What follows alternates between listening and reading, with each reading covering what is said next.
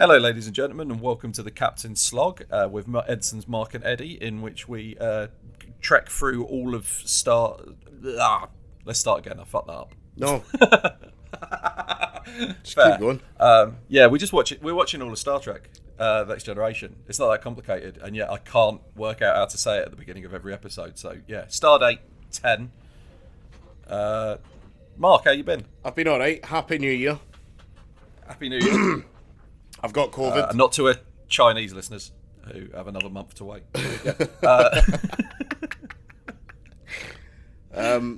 Yeah, I've got COVID.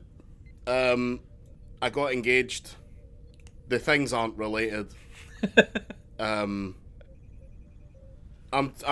fine, I guess. I genuinely have nothing really to report. How are you? It turns out I'm allergic to dog piss, so Right. I'm going to go back to a smoothie for breakfast. No, yeah, because we got the dog, and the dog occasionally it pisses in the house because the dog it seems to understand that it needs to pee outside, but doesn't understand how to communicate to us that it wants to go outside. So it just gets hyperactive. So we just have to take it out once an hour, but sometimes we forget, and then it pisses in the house, and then I need to take an antihistamine. Now, I'll be honest. As you mean, I'm on the dog's side here. Yeah. Because the dog didn't ask to be kept inside. No, that's fair. And if anything, a dog's natural, like if I was kept, because I constantly fantasize about being kept as an alien pet. So long as they understand what entertains me, I'll give them love, right, or a semblance or some resemblance of love, like a cat. So long, yeah. And they keep me and they feed me and they take me to the vets and they make sure I'm all right, and I'll do it, right. I'm happy with that. But if they start getting angry at me because I don't understand how to communicate with them, that's on them. Yeah. Yeah, if they start yelling at you because you've gone into the bathroom to have a quick wank, yeah, they're like, we don't do that. It's like, well, provide me a wanking space. Exactly. Take me outside for a wank. Exactly. What do you want me to do about this? So yeah, my entire Christmas period has been filled with trying to thread the gap between the intelligence of the cat and the intelligence of the dog, because it turns out the only thing that my dog thinks is more delicious than cat food is cat shit. So recycled cat food. So we started off by putting the cat food up on a table, and then the dog worked out to knock the table over. So I've now drilled a hole in the bottom of the door of one of the rooms in our house and installed a little cat door, which is the cat can come in and all of the cat's food and the cat litter tray is in here, and it's fine. And let me tell you, Mark, there is absolutely no way that hole is big enough for the dog to fit through, which makes it all the more annoying that the dog has worked out that they can totally fit through the hole. Yeah, to the point where she won't come in here unless she realises there's something in here that she wants. So we just got to kind of keep her vaguely distracted, and then the cat can eat. But yeah, it's been a nightmare. Also, we realised our dog's scared of the dark, right? Because we've been putting her in a crate at night, and then you cover it over with a blanket, and she's supposed to go to sleep. Yeah. And then she whines for a little while, and then she settles down. But over the last couple of nights, she's been going absolutely fucking mental. And then I went out the other night and just took the cover off the front, and then she was fine. So it turns out that a dog has no problem with being in the crate, or not separation anxiety, which we were like, oh, well, she's really bonded with us. It's just she fucking hates being in the dark. So we leave that open now, and she's fine. I mean, I'll have that when I'm in the alien's house. I don't particularly like the dark. So I fully understand. I'm really empathising with the dog here.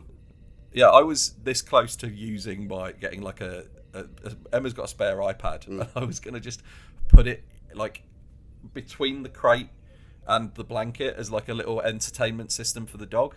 But then I realised I have no idea what a dog would want to watch. I was thinking Match of the Day. He's got No, it would need to be a full match at least. Yeah. Yeah. Because it'd be constantly like, why is the ball going over there now? Do dogs understand editing? I don't know. And also, it would have to be entertaining enough to keep the dog distracted, but then boring enough to like let the dog fall asleep. So basically, any Arsenal game from the 80s. Yeah, great. I don't understand football, so you could have said anything there, like, and I would have just assumed that it was a well thought out anecdote or sort of observation. Speaking of observation, so it's only in like the last sort of 10-ish years that dogs have actually been able to watch television because of the refresh rate of modern HD TVs. Dogs used to not be able to watch TV because of the way that the picture used to work. But now pictures are so smooth that dogs can.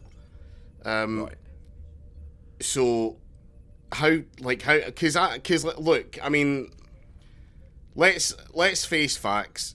This society / species has 100 years left at best, right? Yeah. And it's taken us this long to devise a television that dogs can watch. How much energy should we really be putting into teaching dogs about editing and making that less confusing for them versus, having children that we know are doomed to an existence far worse than ours for, frankly, purely narcissistic, selfish reasons? Wouldn't it be great to learn, like if we could eventually communicate with dogs, that they do understand editing, but can't get their head around non-linear editing? So, they absolutely understand the edited motion picture, but if you try and get them to watch Pulp Fiction, they just get baffled. or like the editing rule, like the 180 degrees rule. Oh yeah, that tells you, like, it's so that your brain understands what people are looking at. Imagine dogs just have the opposite. Like, they need the 180 degree rule because their eyes are on the side of their head.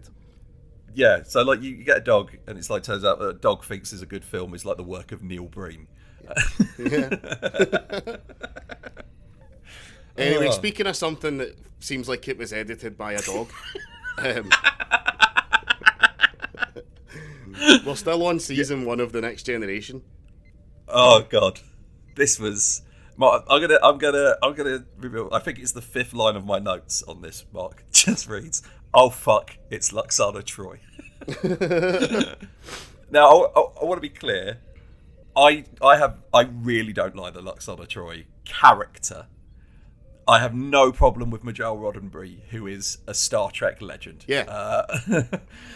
Yeah, because for those who don't know, Troy's mum is Luxana Troy, and she's played by Majel Rodenberry, who, the name might give it away, is Gene Roddenberry's wife. But she was number 1 in the original pilot of Star Trek, and then she was Nurse Chapel in the series because fuck the 70s. She is single-handedly responsible for, in a sort of indirect way, for Star Trek existing in the first place. Because when Gene Roddenberry made the pilot, The Cage, NBC actually passed on it. And then it was just dead in the water. That's what happens to pilots if they get passed on. If you can't find a network, you're gubbed. There's nothing you can do. However, The Cage got a very, very rare revival? Yeah, one of those. One of them. Because it got into the hands of Desilu. What's her name? Lucille Ball. It got into the hands of Lucille Ball, who wasn't that interested in Star Trek as a concept, because apparently she wasn't that keen on sci-fi.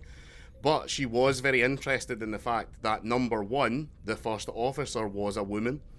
And so she decided to produce a second pilot, which they managed to get past NBC. NBC did, however, have one note, which, of course, is that we have to take all the women out. So, bit of a sort of double-edged sword, but no, Majel Rodenberry / Majel Bartlett, Yeah. Without her, Star Trek simply would not exist. And I think she deserves a. I mean, she gets a lot. No, fuck her. She gets enough credit. Fuck her. She's also in the most episodes of Star Trek because she's the voice of the computer. Oh, Next Gen, and that carries over to Voyager, and is also on it anytime you're on a Federation ship in Deep Space Nine. So yeah, her credits for number of episodes of Star Trek that she's been in is fucking ridiculous. Nice. Yeah. I don't know. That's fun. Yeah. Majel Roddenberry's great. Does the computer ever? I've never noticed that the computer actually speaks. I think it did a bit in the first episode. Right. Because I remember saying it was basically an Alexa. But it turns up, and then there's a scene that we've got coming up. And like I say, I don't like Lwaxana Troi, but I respect the shit out of the fact that there is a scene that comes along later on in which Lwaxana Troi has a quite lengthy conversation with the computer.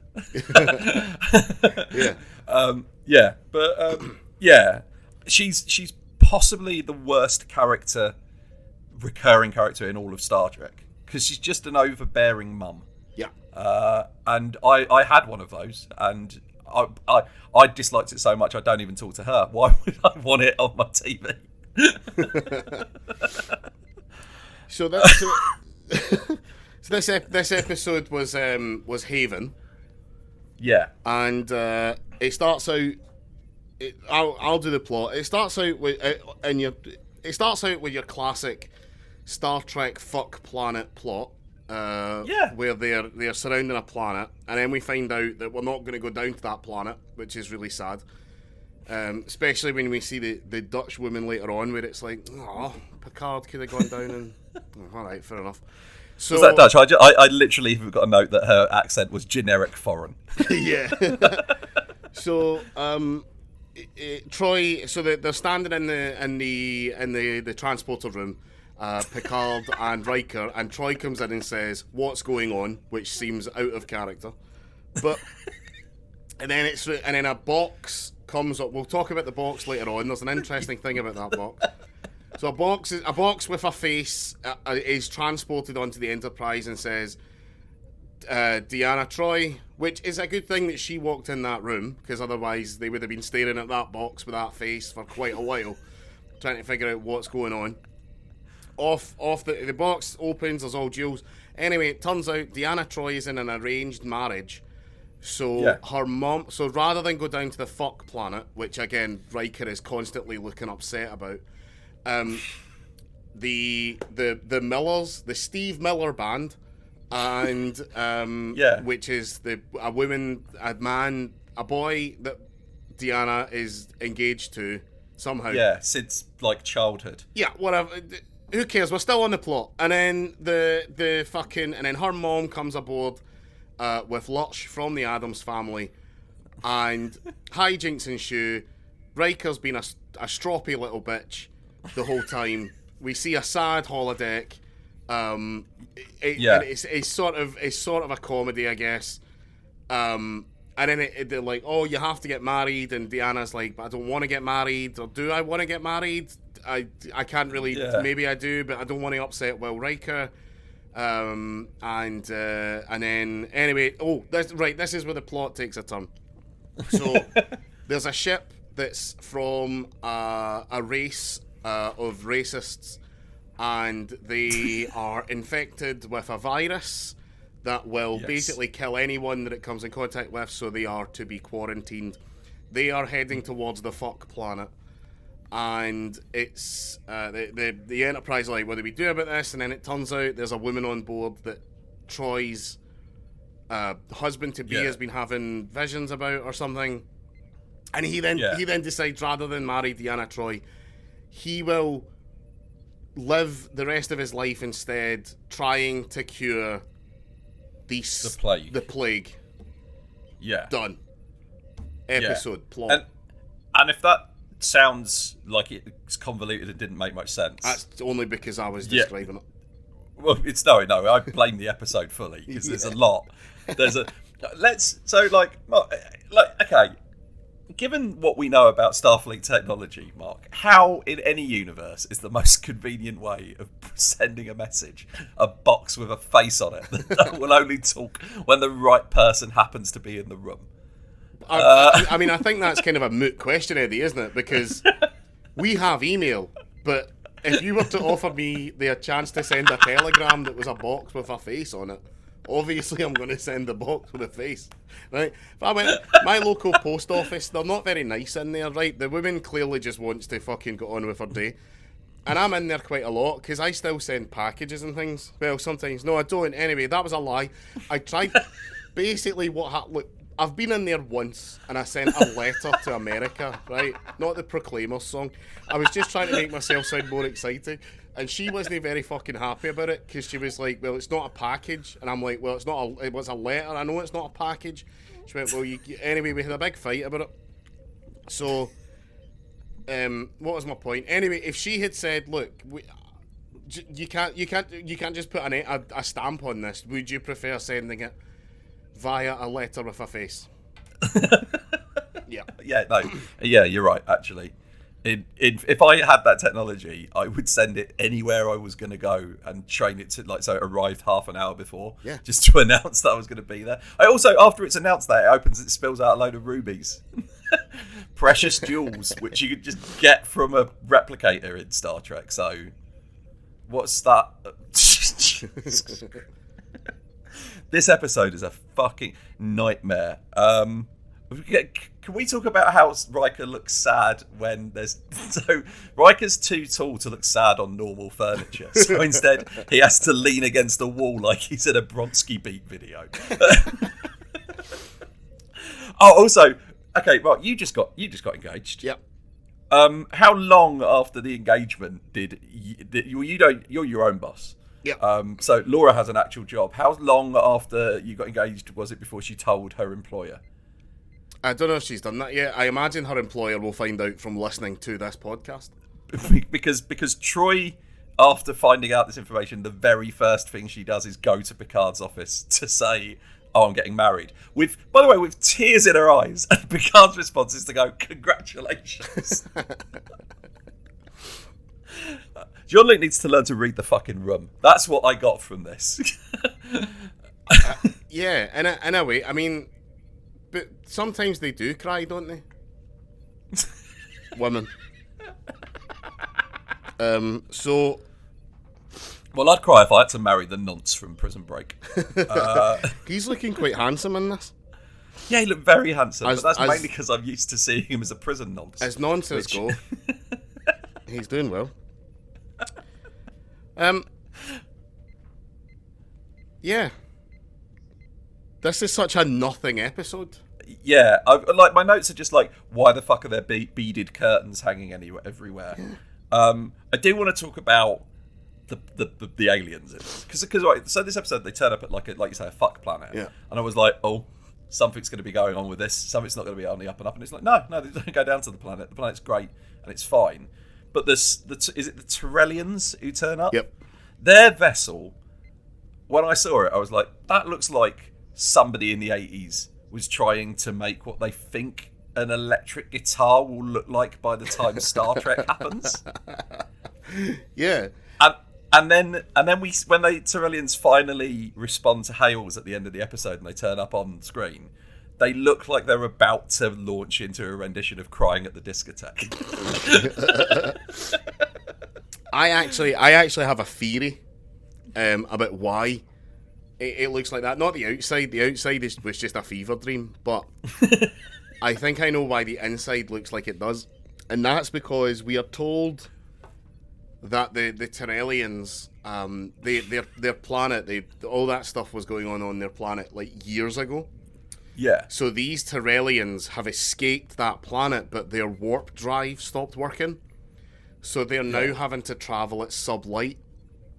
And I think that their warp drive would have been modern round the time of the original series. So if you look at their ship design, it's actually quite original series looking. Yeah. And the uniform, and like the sexy uniforms and the purple everywhere. See, my theory was just that the plague that they've got was disco fever.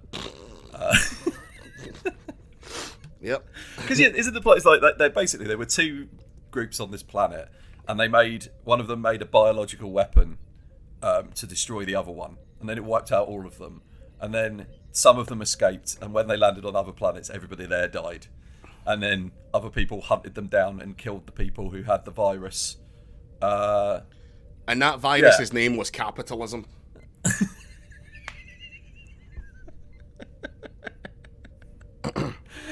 Oh, yeah. It's the problem is, like you said, there's not. It's like this episode is entirely like there's not much to it in terms of like interesting things to talk about.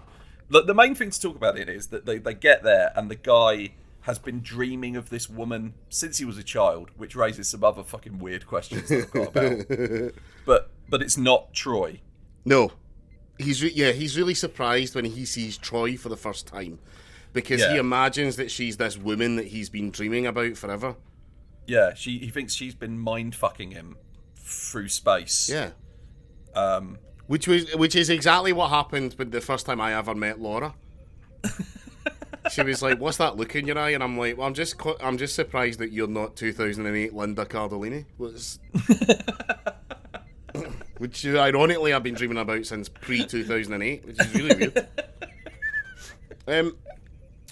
My favourite part is when Deanna walks into his chambers and he's just got 4 pictures of that woman out. It's like, the best thing to do when you meet your arranged wife is to display the multitude of paintings you've done of your dream woman.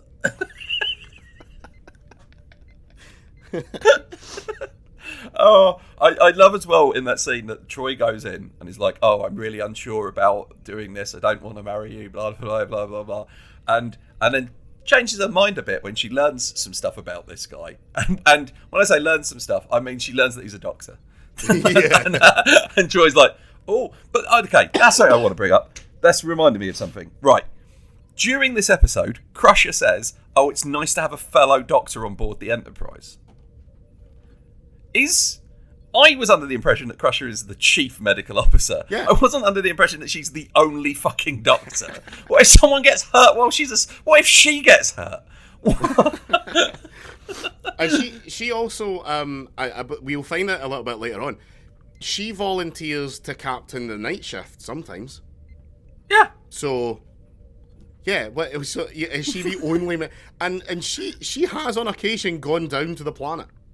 Yeah. She can't do that. And also, is this just Gene Roddenberry, like, putting his feelings front and centre when Robert Nepper, Wyatt, is like, "Well, I'm a doctor," and Troy goes, "Well, we'll work very well together. I'm a practicing psychologist."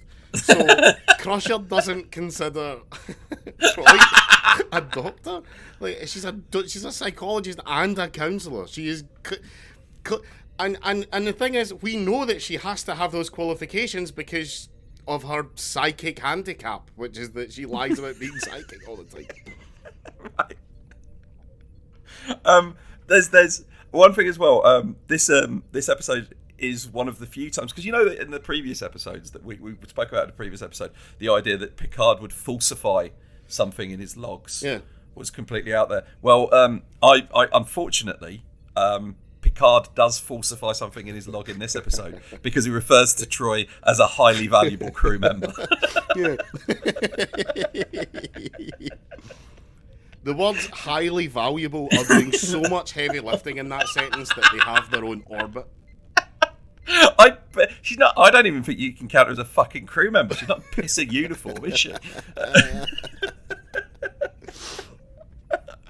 Oh.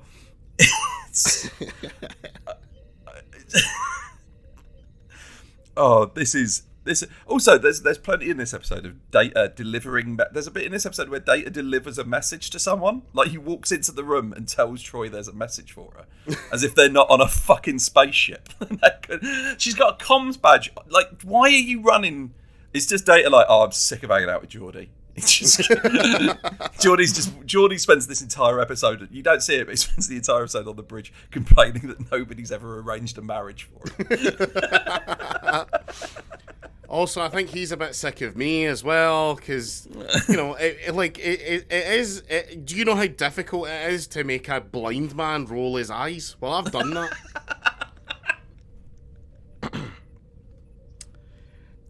Data is one of my favourite characters in this episode, and it's the best in this. It's because of a little scene called the premarital party, where...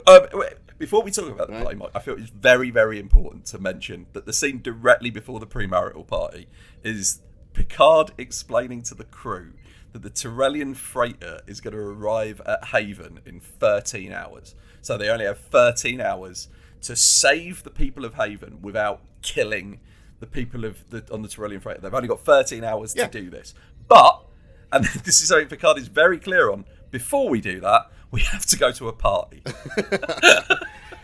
There's also one thing that we may not have talked about is that Haven, the whole thing about Haven, the reason that the Tyrellians are actually heading there is that there are myths and legends among the universe that Haven has a fountain of youth, right? In an all curing, all singing, all dancing fountain of youth. If you go there, you will be cured of all your ills. Mm-hmm. They have a treaty with Starfleet, which is that Starfleet, they are not in the Federation, but Starfleet will agree to defend them if necessary, because Haven does not have any defences. Now, if there was one thing that I was to find in my house that would make me think, I'm going to build 60-foot walls and put fucking howitzer machine guns on them, it would be a fucking fountain of youth, right? The idea that a planet that has a fountain of youth on it wouldn't have some sort of defences is the dumbest idea, not just for an episode of Star Trek, which is annoying, but I cannot stress this enough, would be a disastrous idea for the plot of an entire Star Trek movie, Insurrection. I'm looking at you.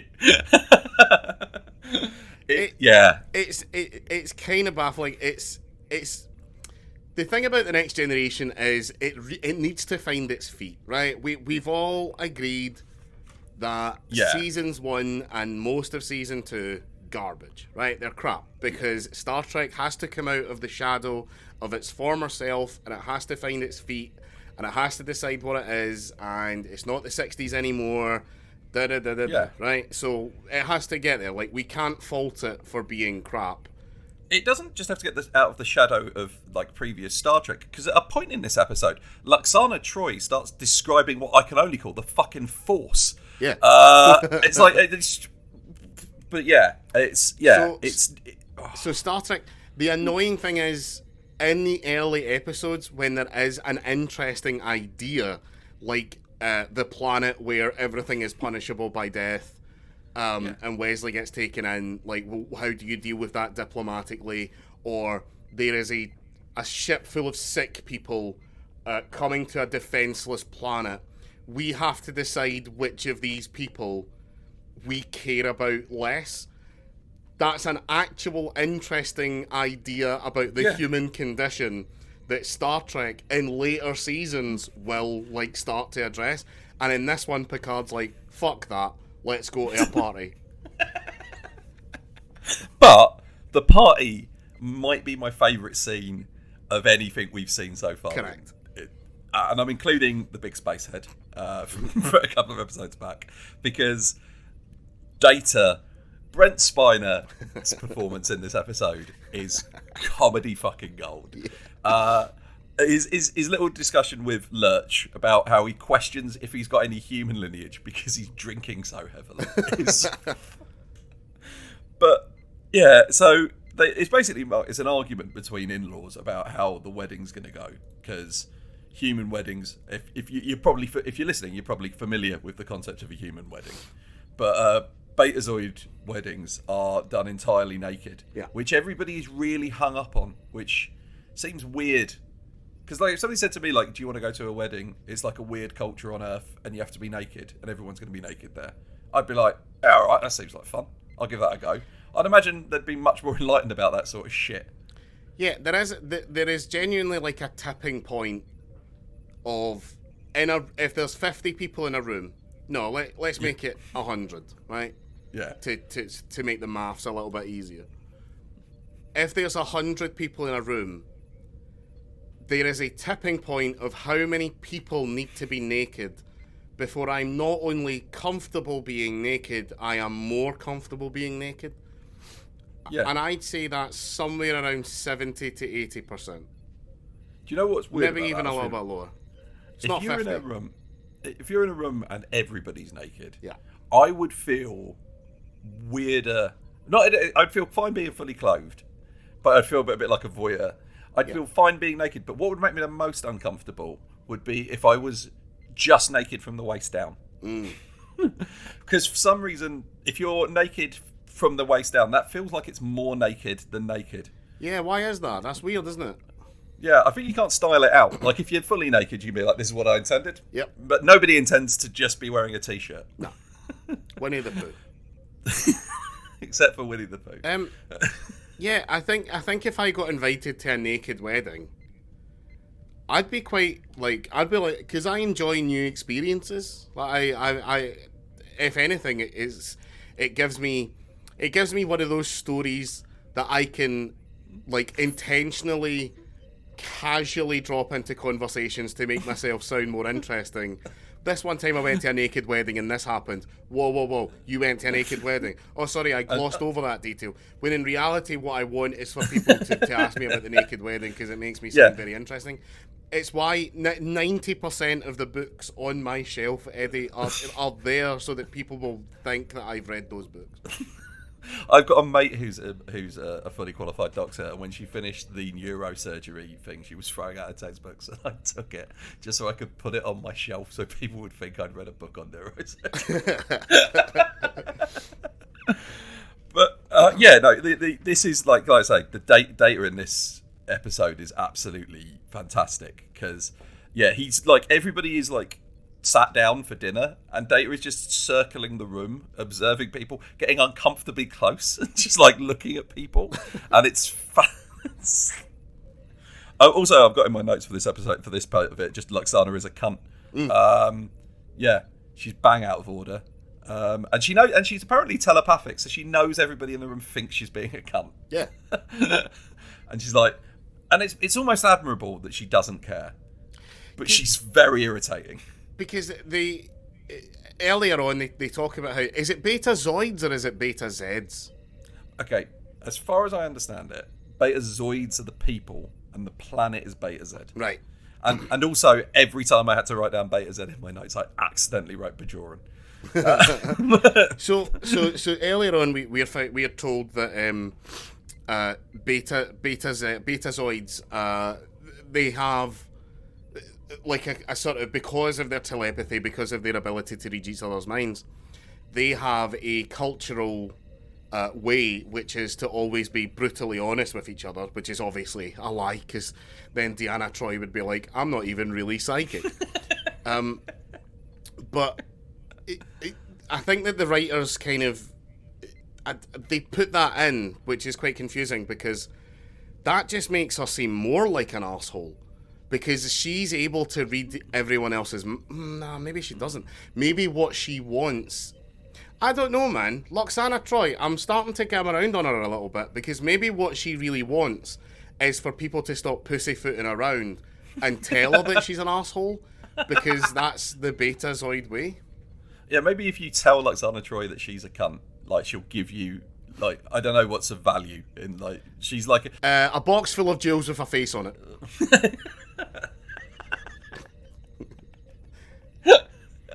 yeah, that's what you get if you just turn around and go, for fuck's sake, you're an annoying piece of So everyone gets into a fight at the wedding, at the party. They're all bickering, and it's usual sort of family on family stuff. And then Deanna Troi, first of all, Riker strops off like a big loser. And then Deanna loses it with her mom. Off she goes. And then comes one of my favourite bits of the episode, which is that everyone's having a fight. And Picard says, what is it he says? Under Starfleet protocol, we aren't allowed to have disputes at parties, so now all the disputes have been resolved. Yeah, and then Deanna Troi says, what is it? Please stop the petty bickering. Yeah. And then leaves. And then Data says, can you please continue the petty bickering? I find it most intriguing. I mean, Brent Spot, he's so close to corpsing when he says that line. You can see, like, your emotionless android, don't smile. I think it's a good joke. Do you think that Starfleet tried to use that disagreement maneuver in like a bar fight? I think that's something Picard's made up. Yeah. Because, as we'll find out in later episodes, Picard once got stabbed in the heart in a bar fight. Yeah. So he's made up that little thing, so he can be like, I'm not letting that escalate again. I think he's just awkward. I think he's just very socially awkward. Something else I have written down here that I've just remembered that made me laugh a lot is at one point they're talking about what was the alien race's name? The Tangarians?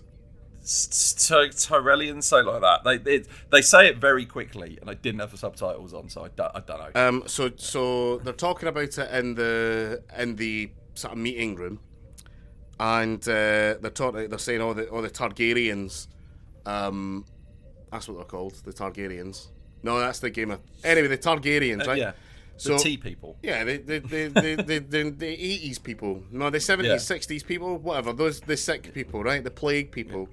They're just talking about their situation.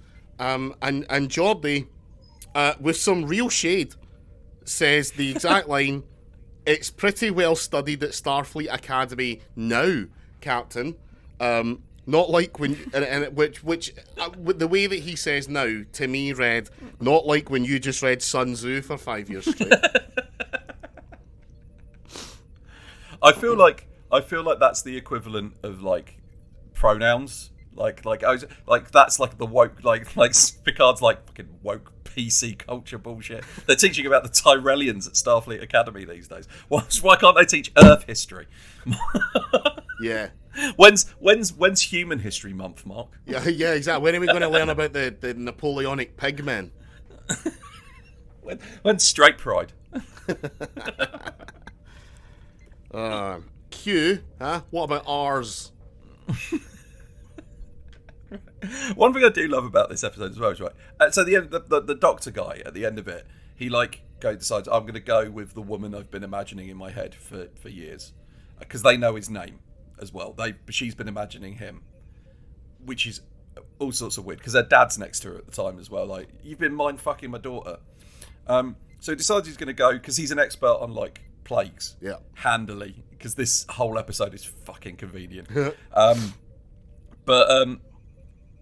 He decides he's going to go over there, so he nicks a hypo spray, takes some medical supplies, and he like knocks out the guy at the transporter and then beams over.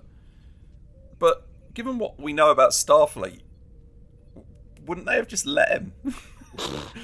Like, if you're on board the Enterprise and you go to Picard, actually, my particular area of medical expertise means that I'd be of great help to these people and I'd like to beam over. Are they going to go, no? What? I guess so, because they're... I don't know, man. Because I guess Starfleet's priority does have to be with the Haven people. Yeah. It's like, I'll go over there, they'll leave. Also, I do like the fact that when they beam over there, she's also been drawing pictures of him for years, but is significantly worse at art.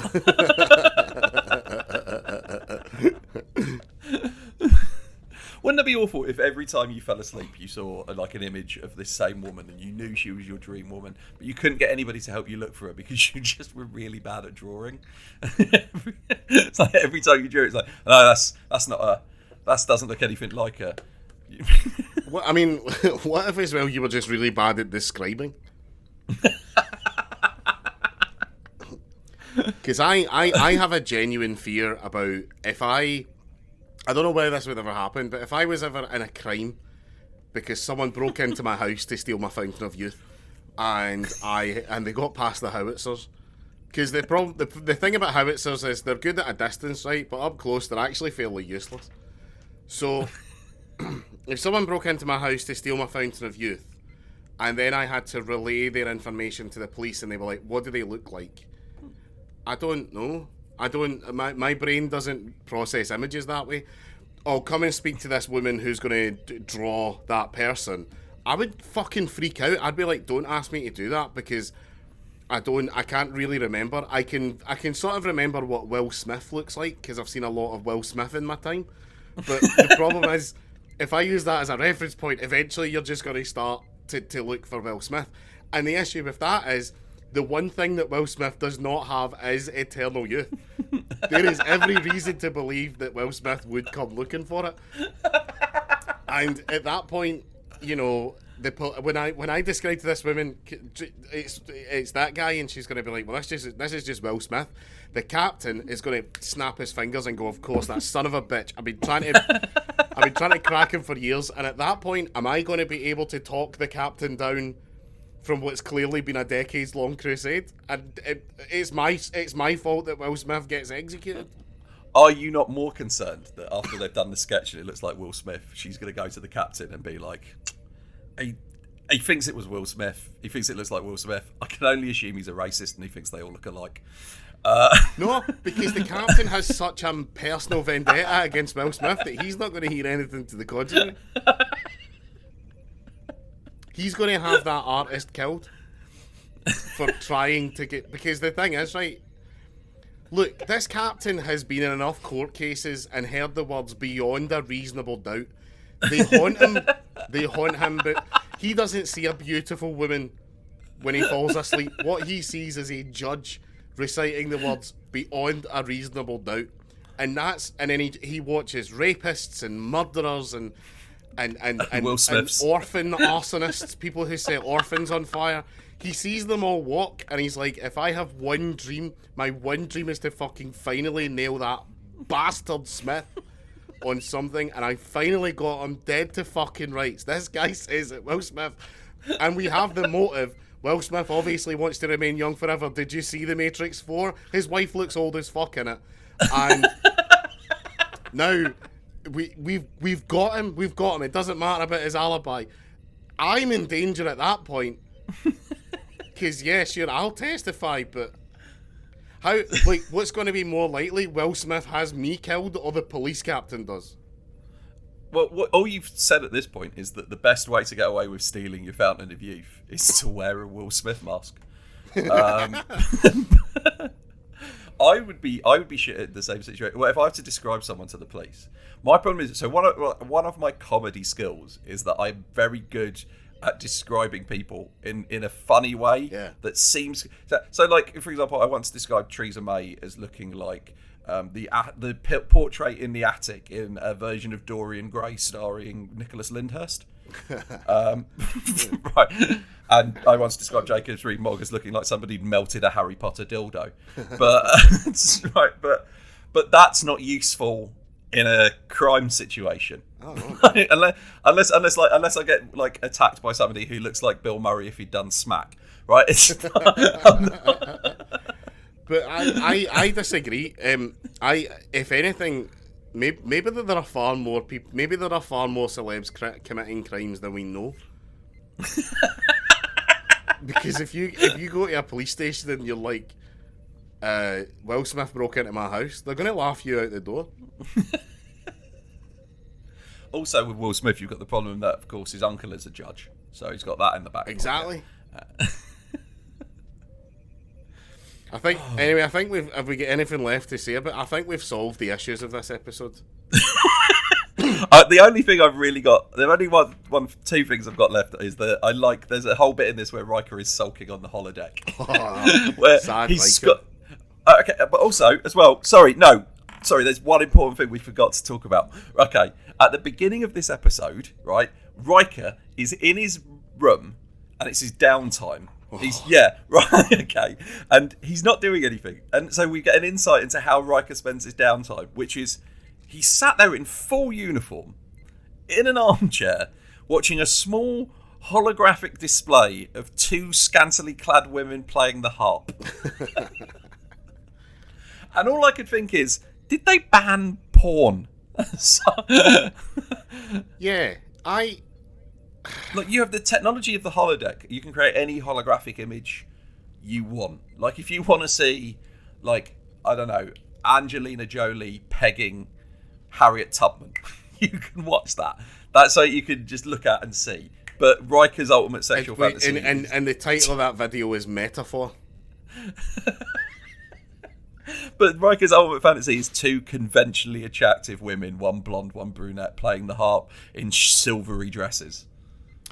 See, that's interesting, right? Because I often think about like major technological jumps in the porn industry, and when you watch cinema is a language, right? And cinema has been embraced by the human mind. That's why when things are in the wrong frame rate, we're generally able to notice.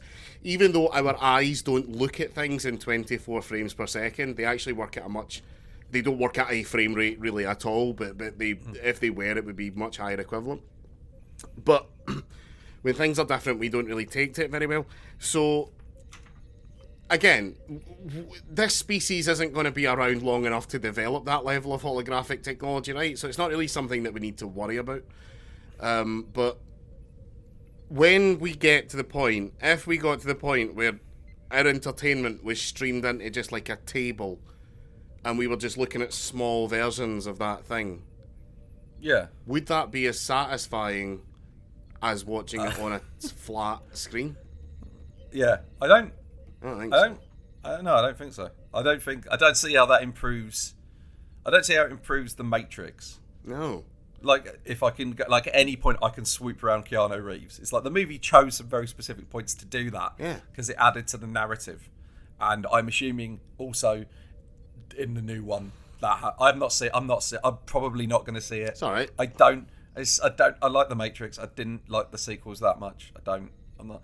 I got into this recently. I was talking to somebody about the Book of Boba Fett, and they were like, "Oh, you should watch it." And I was like, "I've not watched The Mandalorian." Oh, you know, like, Mandalorian's excellent. Right, but I get that. But here's the thing: I was sold long ago, Mark, a lie that there was supposed to be a trilogy of trilogies, and there was a trilogy of trilogies, and most of them are bad movies. And when I saw the last one, my feeling at the end of it was like, it was all right, but my main feeling was relief. It was freedom. It was realizing I was done with the thing that I'd been dealing with, and I might at some point jump back into Star Wars, but right now it is so nice to not give a fuck about it, and that's kind of where I'm at with The Matrix. Right. So I don't know if I'm going to bother with it, especially because all the reviews have been like, "Yeah, it's all right." Yeah. Nah. But I might watch it if it was on a little holographic table. I don't know. That's like the equivalent of like watching it on a plane. Like, Yeah. like there are movies where I'm like, I'll watch that on a plane. Like, I can't think of any examples. Bumblebee. I'd watch Bumblebee on a plane. I'd watch. Yeah, I'm with you on that. I'm never going to watch Bumblebee in like real life, but if it's on a plane, on the rocks, I'll give it a go. But yeah. There's I think I've got. The only other thing I've got is a really weird little note, which is right at the end. Right, Picard walks onto the bridge and asks Riker to like take us out. At which point Riker then asks Geordi to like fly like set out a course and fly him off. And I was like, did Picard just order Riker to order Geordi to take them out? I feel like there's something we've missed in that episode, and Picard and Geordi aren't talking. Picard's like, "Commander Riker, could you please tell that blind cunt to take us out?" And Geordi's like, "Commander Riker, can you please tell that slaphead Captain Dickhead that I'm taking us out?" Can you please inform fucking Johnny Infrared over there? Yeah. There's not enough. There's not nothing. There's nothing here. Yeah, it's not. Mr. Hobbs in it, who, like you said, was Lurch in the Addams Family movies. The face on the box is Armin Shimmerman's first ever Star Trek filming appearance. What? So they filmed this before? Yeah, he this was played that? like the fourth one filmed or something. Fucking. I can't imagine that. I'm stunned that people turned up to film the fifth one. There must have been a lot of people. This episode was finished off with a lot of people going back to their trailer and reading their contracts. Well, luckily they stuck around. Yeah, we're not that far from interesting, because I at some point left my Netflix playing, like in a different room. So when I went to look at this, it was like 2 episodes ahead, and we're a few episodes away from the episode where Data's evil twin turns up. Excellent, nice, good. Yeah, so we've got that to look forward to. But if you are going to rewatch all of Star Trek, don't. What's your questions? Does this ask a big question? No. No. It could have. It could have. But it didn't. Yeah, it could have. I mean, even if you just want to deal with the concept of Troy's culture has arranged marriages, which should be sort of frowned upon, I guess. But but then it's cultural differences. Do they work? That's an interesting discussion to have. Yeah. But it's not one this episode is fucking interesting in. Is there any good captaining in it? No, apart from when Captain Picard captains the party. As captain of this party. No more disputes. Yeah. Yes, it's not great. No. I'm more interested in the beat, like the Tyrellian. I'm fucking interested in that. That's a whole, like, if anybody who's working on Star Trek Discovery or Strange New Worlds is listening to this, do that. Yeah. Do that. That sounds like it'd be great. Yeah, well that sounds really interesting. Like, so, yeah, it'd be cool. Not as a footnote of something that everyone got taught at the academy. And by the way, is the only reason they teach that at the academy being like, so don't create a virus to wipe out a specific group? Because I feel like if that's something you're thinking of, that should be addressed in the entrance exam. Yeah, genocide. Don't. Yeah. Starfleet as a strong. Imagine you got into like the 3rd year of Starfleet. Like you sat there in a class, and somebody's like giving you a lecture, and he goes, "Now, as you know, Starfleet has a strong anti-genocide policy." And like one guy in the class just gets up, and goes, "Fuck," and leaves. No, he just goes, "Since when?"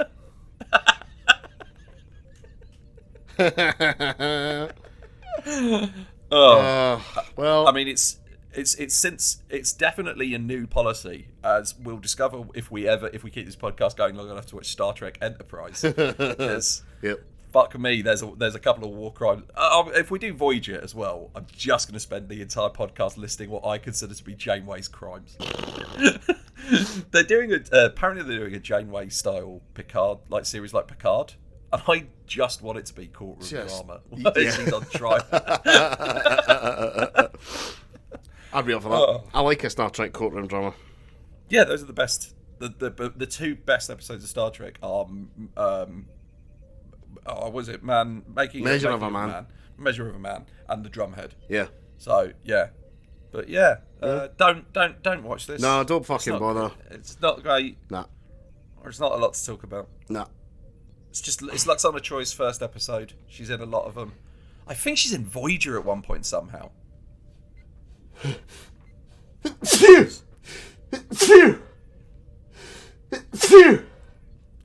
keeping that in.